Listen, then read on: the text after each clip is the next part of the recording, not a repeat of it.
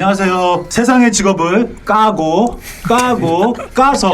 속살을 보여주는 아는 직업 모르는 이야기, 들어본 직업 못 들어본 이야기. 직업의 속살 김속살. 안녕하세요, 이승우 변호사입니다. 예, 오늘 속살을 보여줄 직업은 잘 들어보세요. 유명한데 생계형 작가입니다. 네, 2010년 시티 투어 버스를 탈취하라로 창비 신인 소설상을 수상하시고 2012년 장편 소설 능력자로 오늘의 작가상까지 받으며 화려하게 문단에 데뷔하신 작가님입니다. 직함이 많아요. 소설가, 에세이스트, 뮤지션, 방송인 등으로 활발하게 활동하지만 생계형 작가를 자처하는 최근 4세를 돌파한 40일간의 남미일주의 주인공 최민석 작가님 모셨습니다.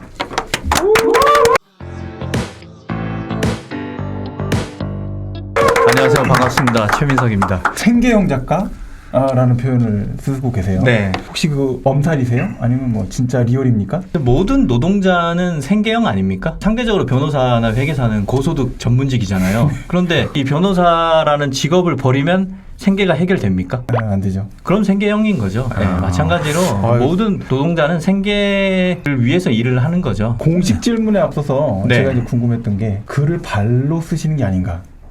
진짜 기행문을 써놓으신 것도 있었고 또 피츠제럴드, 네. 그다음에 뭐 40일간의 남미 일주 이런 내용들을 보는데 공간 이동하시면서 글을 써놓으신 게 너무 인상적이었어요. 근데 그걸 보면서 소설가한테 저희가 또 첫 질문인데 예. 여행기로 질문이 들어갔네요. 아니 뭐 상관없습니다. 저야 뭐 여러 가지 일을 깔아 놓습니다. 주식으로 치자면 포트폴리오를 여러 가지 깔아 놓는 거죠. 주식으로 치면 ETF. 네, 그렇죠. 네. 제가 말씀드린 건 저는 소설가이지만 네네. 동시에 글쓰기 강의도 하고 또 뮤지션이기도 하고 또 행사도 하고 이런 방송도 하고 여러 가지를 하는 건데 왜 그러냐면 제 직업은 기본적으로 종속변인이 굉장히 커요. 어렵다. 종속변인. 그러니까 네. 독립변인이 큰 게 아니라 쉽게 말해서 내 뜻대로 마음대로 안 된다는 겁니다. 네. 왜죠? 왜냐하면 청탁을 안 주면 제가 아무리 소설가라도 소설가로서 활동을 할 수가 없어요. 마찬가지로 그러네요. 방송인은 아무리 내가 방송을 잘하려고 하거나 뭐 집에서 연습을 많이 개인기 연습을 하더라도 네. 방송국에서 안 찾아주면 일을 할 수가 없어요. 완전 공감됩니다. 그러니까 이 말은 여러 군데의 바닷가에 그물을 던져 놓아야 되는 거죠. 어디서 고기가 잡힐지 모르기 때문에. 그래서 저는 이제 일례로 코로나19 팬데믹이 오고 난 이후로는 강의, 강연, 행사가 싹 다 끊겼어요. 아, 네네. 그럼에도 불구하고 살아갈 수 있었던 거는 다른 일들을 하고 있었기 때문인 거죠. 무슨 일을 하셨어요 최근에? 그러니까 이렇게 코로나가 닥치니까 딴 거는 일이 다 끊기는데 방송은 계속 되더라고요. 아, 네. 그래서 한 지난 1년간은 이제 방송을 열심히 했죠. 네. 아무튼 그래서 이제 글쓰기에서도 제가 소설가이지만 소설만 고집을 하는 게 아니라 에세이도 쓰고 그중에서 기행문도 쓰고 뭐 피츠제럴드 같은 경우는 약간 학술적인 네네. 기행문입니다. 그래서 여러 가지를 쓰기 때문에 소설가한테 뭐 첫 질문부터 기행문으로 해서 뭐 송구하다 이런 거 전혀 없고요. 이 발로 쓴다는 거는 어떻게 보면 진짜 욕이긴 하지만 어떻게 보면 대단한 칭찬인 거죠. 그만큼 내가 헛되이 쓰지 않았다. 내가 사변적으로 쓰지 않았다. 실제로 내가 몸을 실어서 체험하면서 썼다는 거기 때문에 굉장히 고마운 표현이고요. 저는 사실 모든 글 시까지도 네. 어느 정도는 발로 써야 된다고 생각을 해요. 옛날에 한 평론가 그런 말을 했습니다. 사실은 문체를 이길 수 있다. 그 평론가 정확히 한 말은 문체는 사실을 이길 수 없다. 네, 이거였어요. 그러니까 스타일이 그 스토리 안에 담겨 있는 진짜 이야기를 이길 수 없다는 거죠. 진짜 이야기 어디서 나옵니까? 발로 뛸 때 나오는 거죠. 그렇죠. 예, 그래서 뭐 기자 선배들이 많이 했던 얘기를 소설가한테 듣네요. 비슷해요. 어차피 글이니까 소설이나 기사나 다 글이잖아요. 글이 사람의 마음을 움직이는 원리는 똑같은 겁니다. 그래서 저는 어느 정도는 발로 뛰어야 된다 그렇게 생각을 합니다. 예. 오늘도 여기까지 발로 뛰어서 왔어요. 첫 질문이 훅 들어왔는데 다음 질문 한번. 그러니까 좀 개인적인 얘기로 시작해볼까 하는데 네. 보통 월급쟁이 글을 할 때 다 그런 건 아니겠지만 좀 특별한 동기가 없어도 저 직장 됐으니까 그냥 다니자 뭐 이런 될 수 있을 텐데 소설가는 뭔가 다를 것 같아요. 반드시 그 이유가 있을 것 같은데 왜 소설가가 되셨는지. 폴 오스터 아저씨 그 선생님께서는 소설가가 되는 것에 대해서 이제 선택하는 것이라기보다 선택되는 것이다. 그렇죠. 혹시 그렇게 멋있는 이유인가요? 그때 포르스터가 그런 말을 했었죠. 의사나 변호사가 되는 것은 하나의 직업을 선택하는 것이지만 작가가 되는 것은 선택을 받는 것이다. 신내림. 네. 그런 약간 좀 결정론 같은 거죠. 스티븐 킹은 작가는 신의 생각을 기록하는 속기사다. 뭐 이런 말을 했는데 근데 이 사람들은 엄청난 뭐랄까 마치 좀 이런 표현을 해도 되나? 약간 무속인이 되는 것처럼 하늘이 나를 택했기 때문에 내가 작가가 되어야 된다 이런 생각을 갖고 있는 사람들인데 그냥 제 생각에는 뭐 다른 반론이 있을 수도 있겠지만 누구나 자기 직업을 좀 멋지게 포장하고 싶은 욕구가 있어요. 저는 사실 그렇지 않고 그냥 어릴 때부터 얘기하면 뭐 에이 소설 쓰고 앉아있네 이런 얘기 엄청 들었어요. 그래서 마음속으로는 그 책을 읽으면서도 소설을 볼 때도 그런 마음이 좀 있었어요.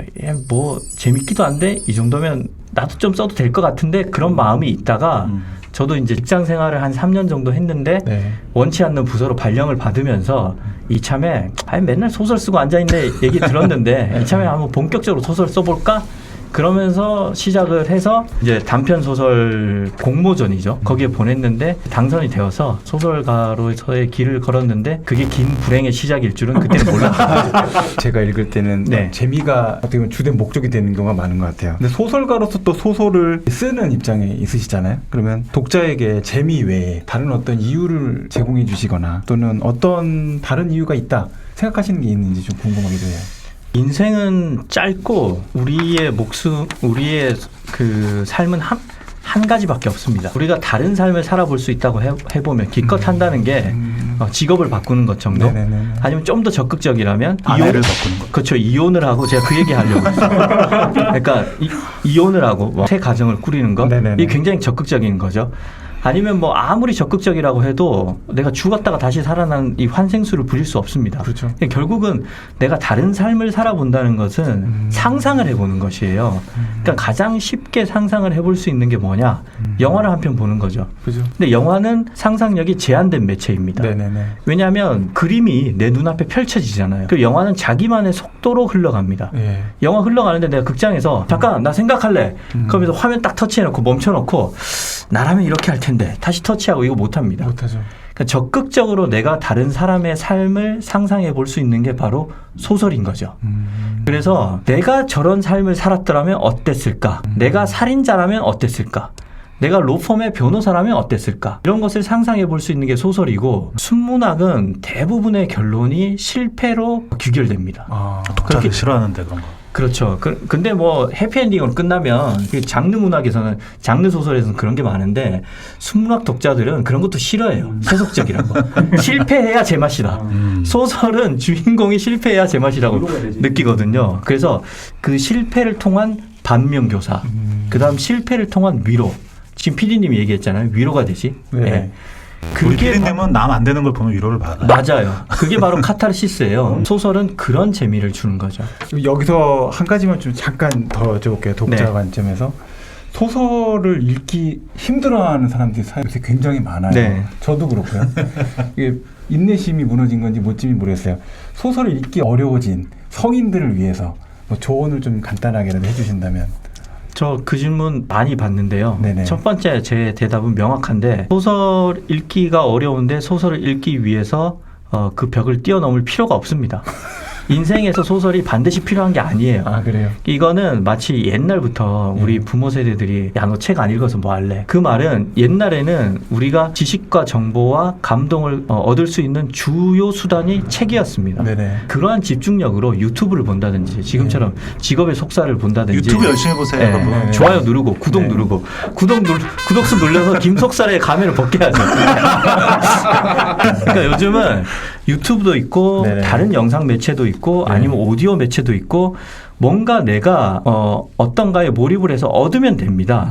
그런데 그럼에도 불구하고 저는 아직까지 굉장히 근원적인 것은 네. 책 속에 대부분 있다고 생각을 해요. 네네. 유튜브 대부분 15분이잖아요. 맞아요. 오디오 클립도 15분이에요. 그렇죠. 길어봐야 40분, 50분이고. 그래서 책은 진짜 두꺼운 거 벽돌 책이라고 해서 그 안에 엄청난 텍스트와 그 저자의 깨달음이 들어가 있거든요. 그래서 그런 측면에서 본다면 소설도 실패를 통한 깨달음을 얻을 수 있는데 이거는 사실은 근력 문제와 비슷합니다. 소설이 왜 안 넘어가냐면 우리에게는 서사 근력이 없기 때문인 거예요. 책 읽기는 이 근력 운동과 비슷하거든요. 그래서 저도 사실은 소설가이지만 소설가가 되기 전에 읽은 장편 소설이 3권밖에 안 돼요. 네네. 왜냐하면 서사 근력이 없었기 때문에. 이거 빨리 추리 소설인데 빨리 누가 죽어야 되는데 안 죽는 거예요, 사람이. 비가 추적추적 내리는 날이었다. 그레엠은 담배를 한 대 물었다. 그런 거 답답하시면 네. 웹소설을 읽으세요. 그렇죠. 그래서 웹소설이 요즘 뜨는 겁니다. 근데 이 서사 근력은 소설을 꼭 참고 읽다 보면 근육이 생깁니다. 네. 그때부터는 이야기가 빨리 진행되면 오히려 더 싫어지는 거죠. 예컨대 프란시스 포드 코폴라의 대부 같은 영화를 좋아하는 사람들은 뭔가 영화가 1시간쯤 지나서야 이야기의 실체가 밝혀지는 걸 좋아해요. 초반부터 뭔가 이야기가 탁 터지면 이거 저 날티나게 관객들의 저 인기 영합주의에 부합하는 저런 작품 저런 거 안 돼 이렇게 생각하거든요. 그런 독자들이 순문학계에는 아직 굉장히 많습니다. 아, 그렇군요. 그래서 이야기의 발동이 늦게 걸리는데 그만큼 감동과 재미가 묵직하게 잘 하는 거죠. 그래서 소설이 좀 어렵다 그런 사람은 초반에는 좀 참고 독서 근력을 키우는 훈련을 하다 보면 어느 순간부터 근력이 붙으면 그때부터는 쫙쫙 넘어갑니다. 네. 자, PD가 꼭 해달라는 질문인데요. 폼잡지 않고 좀 자학적인 표현을 좀 즐겨 쓰시는 것 같고 자조적인 문장들이 좀 눈에 탁탁탁 띄인다고 의도적으로 뭐 무장을 해제시킨다 뭐 이런 생각도 들기도 하고 뭐 혹시 이게 뭐 성공 스토리나 또는 뭐 넘쳐나고 있는 자기개발 컨텐츠에 질린 독자들을 위한 배려인지 좀 궁금합니다. 굉장히 명민한 독자시네요. 네. 그런 생각도 제가 좀 포석에 깔아두기도 했습니다. 왜냐하면 저는 기본적으로는 이제 순문학으로 출발을 했기 때문에 순문학 독자들과 호흡하면서 네. 작가 생활을 해야 되는데 네. 아까 말씀드렸지만 순문학은 기본적으로 실패의 서사를 좋아해요. 예, 그 실패의 미학을 좋아합니다. 네네. 그렇기 때문에 뭐 내가 예컨대 내가 알고 보면 100억 부자야. 이런 거 사람들 안 좋아합니다. 알고 볼수록 내가 그래서 최민석이 뭐 적당히 잘 사는 줄 알았는데 저런 스토리가 있었어? 최민석이 야, 저 뭐 작년에 얼마 벌었다는데 그거 아버지 빚 갚느라고 다 썼대.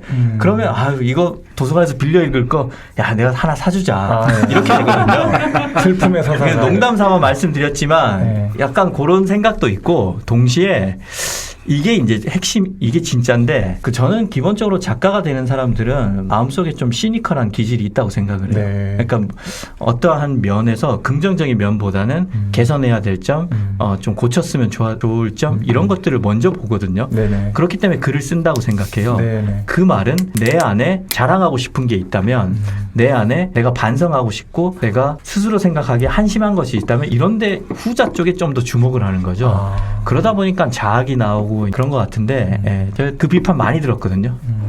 너무한 거 아니냐. 너무 그 모든 게 기승전 자학 아니냐. 그래서 저 나이도 이제 저 40대 중반이고 해서 그 자학식의 결론 이제 좀 작별을 구하려고 합니다. 그럼 이제 히로인도 나오고 막 이제 히어로 플렉스도 나오고 좀 하고 그러려고요. 좋아요. 작가의 언행일치에 대한 질문 한번 드려보려고 하는데 뭐 이렇게 글 고민 상담 글도 쓰시고 뭐 에세이도 쓰시고 하는데 뭐 가끔 읽어보면 저도 막 가슴에 팍 박히는 그런 구절들도 있고 이 실제 삶과 본인의 글과 어느 정도 일치가 되는지 뭐 요즘 어느 스님께서는 좀 문제가 되고 있기도 하고 그런 것들이 독자들이 궁금해할 수도 있을 것 같아서 그 김속살님 질문하실 때 제가 읽어보면 가끔 가슴을 때리는 것도 있고 그때 눈빛이 살짝 흔들렸어요. 거짓말하는 게 느껴졌어요. 네.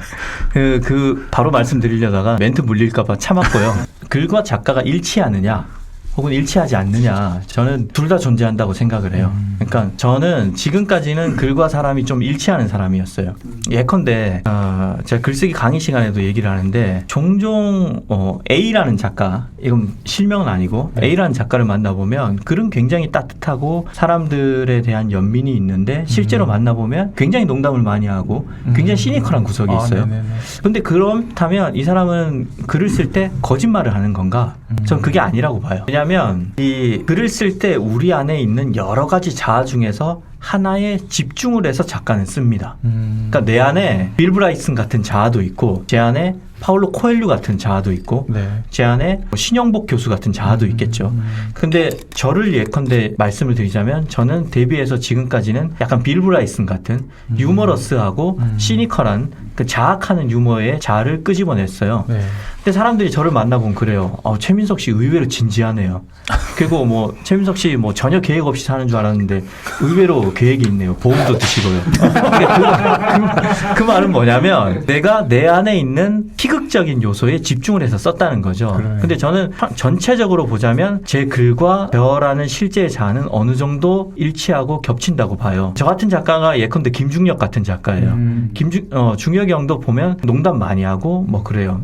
불일치하는 작가는 그게 아수라백작이 아니라 제가 말씀드린 대로 자기 안에 있는 특정 요소에 완전히 집중을 해서 쓰는 거죠. 그래서 거짓은 없다.